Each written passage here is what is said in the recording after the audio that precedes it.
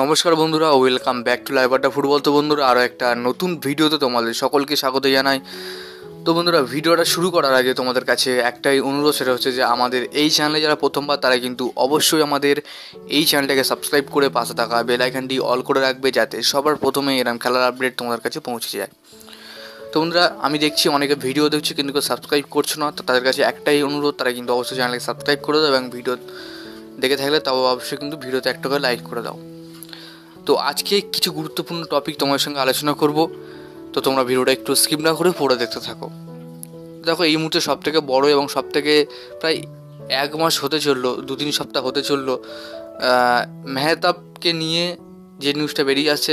প্রায় কেউ বলছে মেহতাব সিং আসবে, কেউ বলছে মেহতাব সিং আসবে না। তো প্রায় অনেকে অনেক কথা বলছে। তো এরই মধ্যে আমাকে প্রায় 2-3 জন মেসেজ করেছে, দাদা আদৌ কি মেহতাব সিং আসবে মোহনবাগানে নাকি আসবে না, বা মোহনবাগান আদৌ কি মেহতাব সিংকে নিতে পারবে নাকি পারবে না। তো এর আমি অনেক প্রশ্ন তোমাদের মনে ঘুরছে যে আদৌ কি মেহতাব আসবে নাকি আসবে না। তো কনফিউজ তোমাদের আছেই। তো ঠিকঠাক ক্লিয়ার হয়তো তোমরা হচ্ছ না। দেখো, আমি তোমাদেরকে বলি, মেহতাবের উপর একটা ইন্টারেস্ট শো করেছিল মোহনবাগান, আর তার সাথে কিন্তু ডিপলি কথাবার্তাও চালিয়েছিল, কিন্তু কোনো রকম কোনো রেসপন্স পাওয়া যায়নি। এবং মোহনবাগান সেখান থেকে কিন্তু ব্যাক করেছে, অর্থাৎ মোহনবাগান সেই ডিলটা থেকে কিন্তু পিছিয়ে এসছে এবং তারা আর চায় না যে মেহতাবের সাথে ডিলটা পুরোপুরি হোক। তবে মোহনবাগান অবশ্যই চাইবে যে ভালো একটা ডিফেন্ডার বা ভালো মানের ডিফেন্ডার, ইন্ডিয়ান ডিফেন্ডার তার সই করাতে পারে বা বিদেশি ডিফেন্ডার সই করাতে পারে, এমনটা খবর বেরিয়ে আসছে। দেখো, মেহতাবকে নিলে অবশ্যই ভালো হবে মোহনবাগানের, কিন্তু প্রথম ভালো দিক থেকে দেখতে গেলে মেহতাবের ডিলটা কিন্তু অতটাও ভালো বলে আমার কাছে মনে হতো না। কারণ একটা খেলার একটা আলাদা প্লেয়িং স্টাইল থাকে সবার, তো সেই স্টাইলের সাথে মোহনবাগান টিমের সাথে আমার মনে হয় না সে মানিয়ে নিতে পারতো।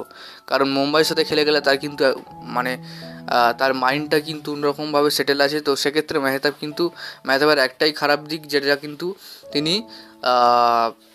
খুব মানে তাড়াতাড়ি গেমের সাথে তিনি যুক্ত হতে পারেন না। মানে মেহতাব সিংকে আমরা দেখেছি, রাহুল বেকে সেক্ষেত্রে খুব ভালো আমরা দেখেছি, কিন্তু মেহতাব সিংকে আমরা অত তাড়াতাড়ি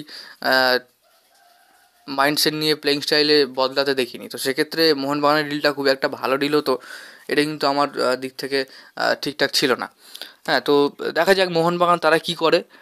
আমার তো আমার কাছে যে খবরটা আছে যে মেহতাব সিং মোহনবাগানে আসছে না এবং মোহনবাগান মেহতাব সিংকে সই করাচ্ছেও না। তো তোমরা এই নিয়ে কিন্তু কোনো রকম টেনশনের কোনো কারণ নেই। অবশ্যই ডিল যদি হয় তাহলে কিন্তু অবশ্যই 1 সপ্তাহ আগে কিন্তু খবর তোমরা পেয়ে যাবে আমার এই চ্যানেল থেকে, ঠিক আছে?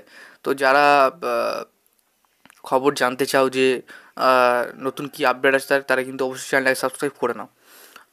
দেখো, আইএসএলে প্রচুর সাইনিং হচ্ছে, তো সেই সব সাইনিং হওয়ার আগে কিছু গুরুত্বপূর্ণ ইনফরমেশান জানার হলে কিন্তু অবশ্যই তোমার চ্যানেলটাকে সাবস্ক্রাইব করে নিতে পারো। তো যাই হোক বন্ধুরা, আশা করি তোমাদের ইনফরমেশানটা ঠিকঠাক দিতে পেরেছি। আজকের ভিডিওটা এতটাই ছিল। ভিডিওটা ভালো লাইক করে দিও, আমাদের এই চ্যানেলে প্রথম চ্যানেলটাকে সাবস্ক্রাইব করে পাশে থাকা বেল আইকনটি অল করে রাখো। ধন্যবাদ।